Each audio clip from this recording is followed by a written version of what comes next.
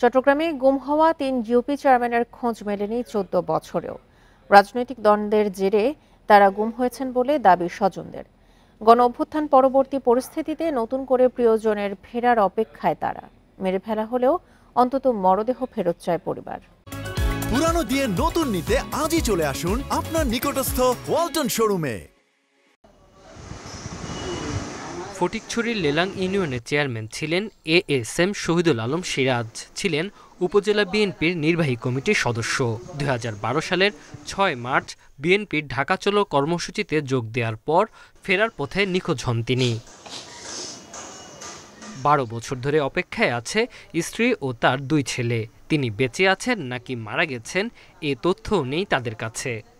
BNP না, আমি বলবো যে কোনো দলেই কোনো প্রয়োজন নাই।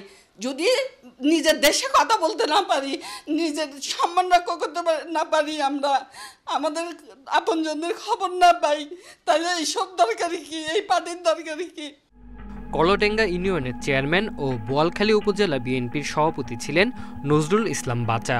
২০১০ সালের নভেম্বরে গাজীপুর থেকে তাকে তুলে নেয় আইনশৃঙ্খলা বাহিনী। সেই থেকে খোঁজ নেই তার। একই বছরের মার্চে চট্টগ্রামের খুলশী থেকে গুম হন রাউজানের বাগুয়ান ইউনিয়নের তৎকালীন চেয়ারম্যান সৈয়দ মোহাম্মদ আবু জাফর। তিনি ছিলেন রাউজান উপজেলা ছাত্রলীগের সভাপতি। রাজনৈতিক পট পরিবর্তনের পর এখন গুম হওয়াদের খোঁজ পাওয়ার আশা করছে পরিবার।